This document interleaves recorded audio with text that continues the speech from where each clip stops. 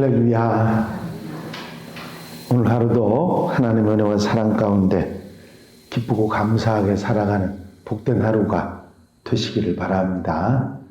다 같이 사도신경으로 신앙 고백 같이 하심으로 새벽 예배 하나님 앞에 같이 드리십니다.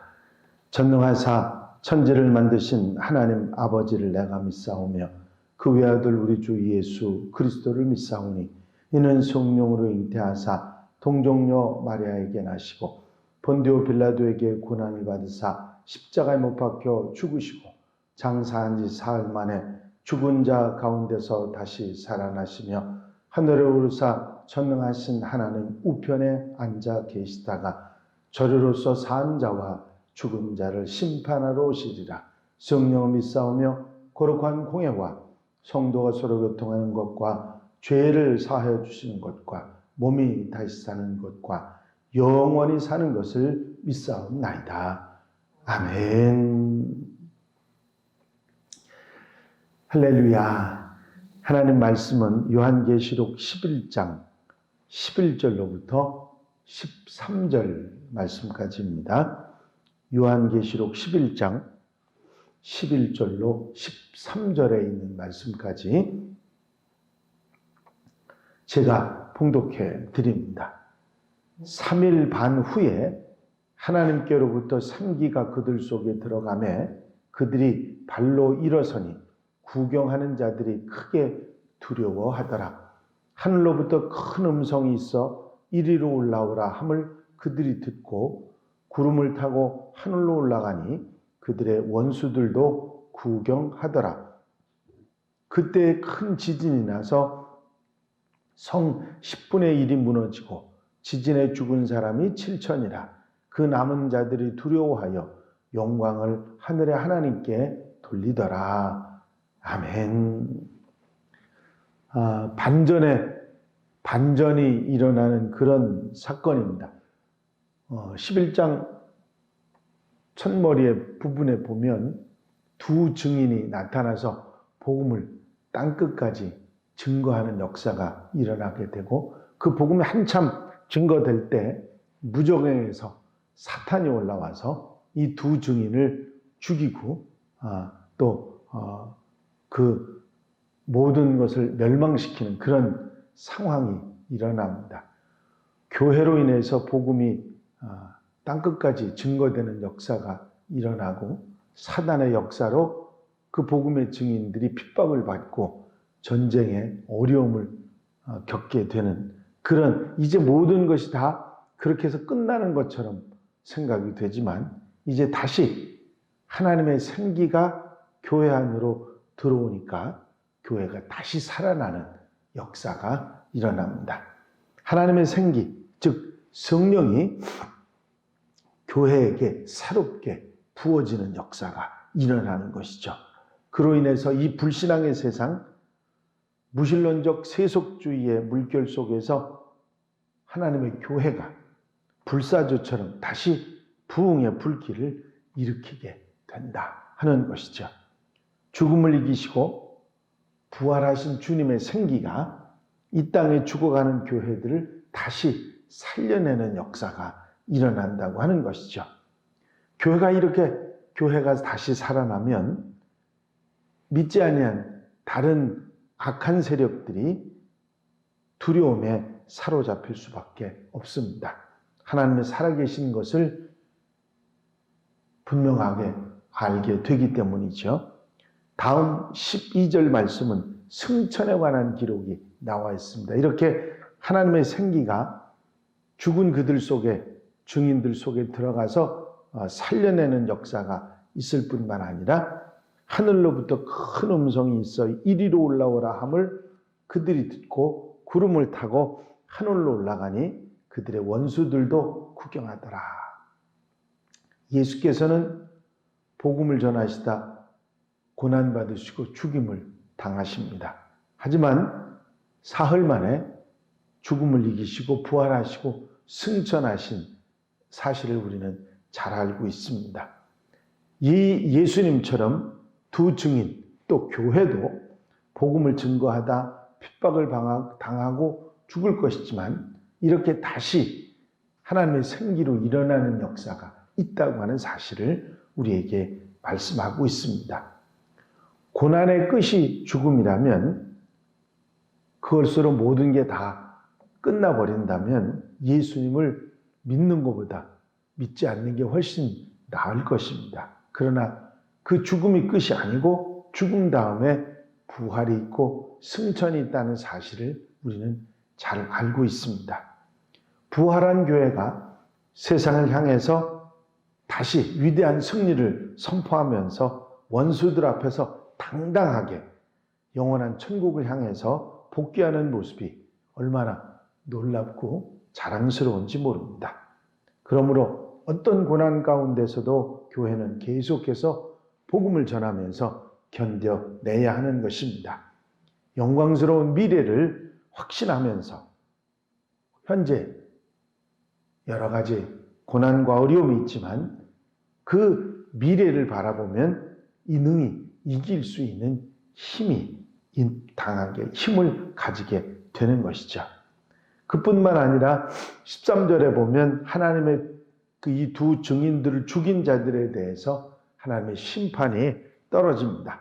그때 큰 지진이 나서 성 10분의 1이 무너지고 지진에 죽은 사람이 7천이라. 그 남은 자들이 두려워하여 영광의 하늘의 하나님께 영광을 돌리더라 하는 말씀이 나오죠. 교회를 핍박하던 사탄의 세력은 반드시 하나님의 심판을 받게 됩니다.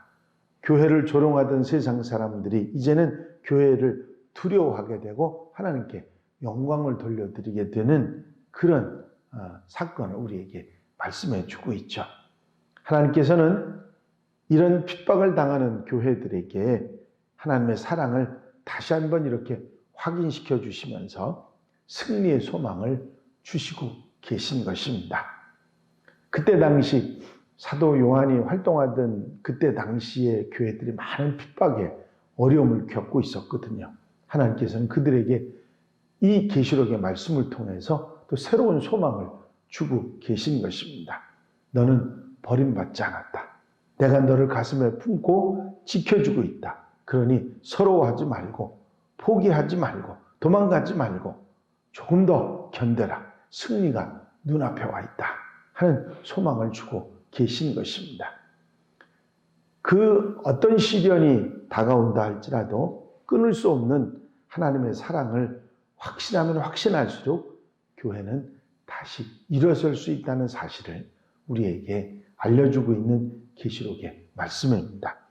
계시록의 말씀은 심판과 재앙에 관한 말씀만이 아니라 환난 가운데서 믿음을 지키는 교회에게 주시는 격려, 위로, 소망의 말씀이 바로 계시록의 말씀인 거죠. 이 세상에 죽음이 끝이 아니라 부활도 하나님 나라에 들어가는 승천도 우리를 기다린다는 사실을 기억하고 하나님에 대한 사랑을 확신하고 어떤 고난도 이겨내는 성도들이 되어야 할 것입니다. 살아계시는 하나님의 사랑을 믿고 흔들리지 않고 천국 소망을 붙잡고 사는 하나님의 백성들이 되어야 되는 것이지요. 영국에 어려서부터 아주 탄탄대로를 걸어서 성공 가도를 달리는 한 변호사가 있었습니다. 맞는 재판마다 승승장구하던 그는 런던에서 일어난 아주 중요한 사건을 변호를 맡게 됩니다. 온 국민이 이목이 쏠린 그런 재판이었기 때문에 며칠 몇 날 밤을 새가며 아주 그 변론을 준비합니다. 하지만 과도한 그런 긴장감과 과로 때문에 정작 재판 도중에 기절을 하고 말았습니다.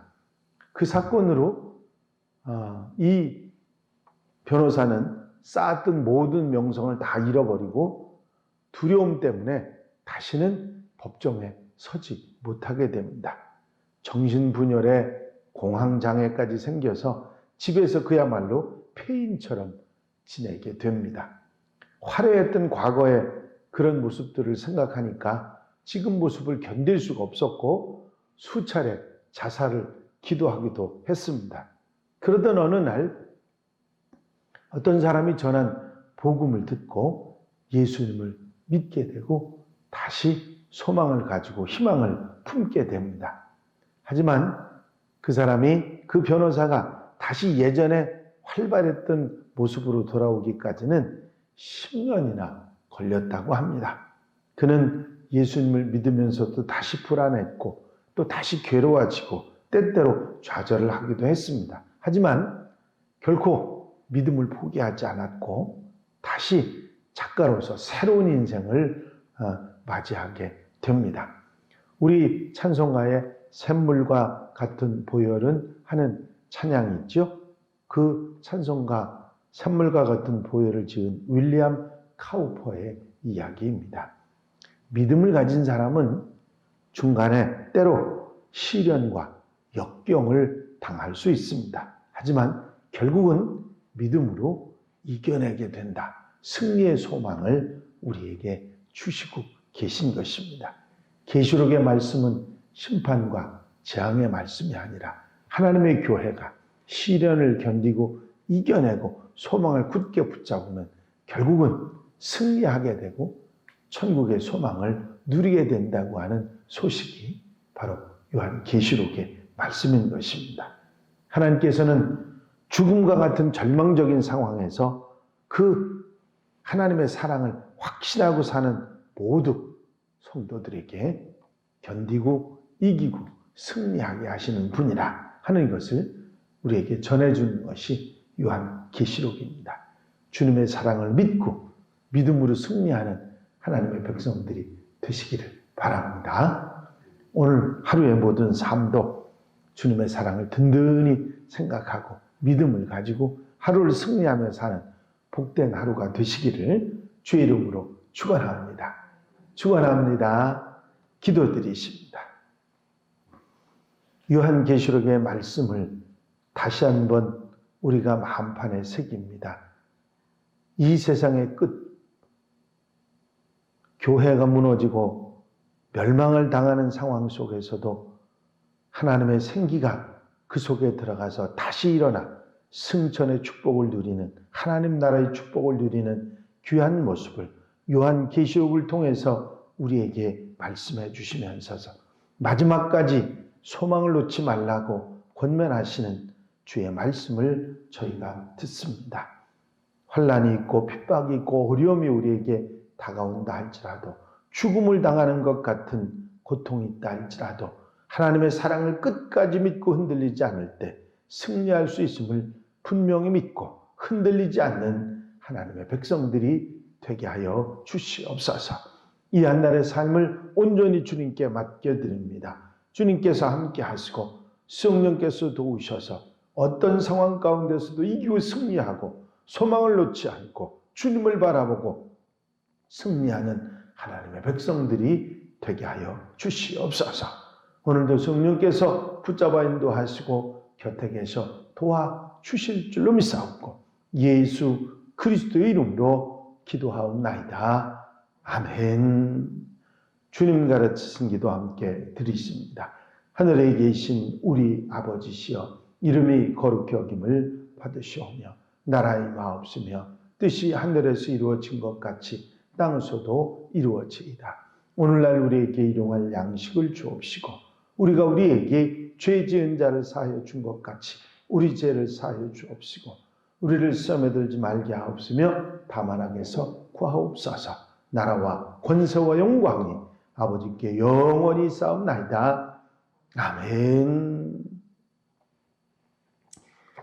이제 함께 기도하실 때 기도할 수 있게 하심을 감사하시고 내 삶이 항상 정결하게 바로 살기 위해서 주님의 보혈로 깨끗하게 씻어 나를 정결케 하기 위해서 기도해 주시고 코로나19의 영향에서 빨리 속히 벗어나기 위해서 기도해 주시고 중보기도가 필요한 분들을 위해서 또 수험생들을 위해서 우리 교회가 하나님의 교회로 사명을 잘 감당하기 위해서 나라와 민족을 위해서 세계 복음화를 위해서 기도하시고 자유롭게 기도하시기 바랍니다.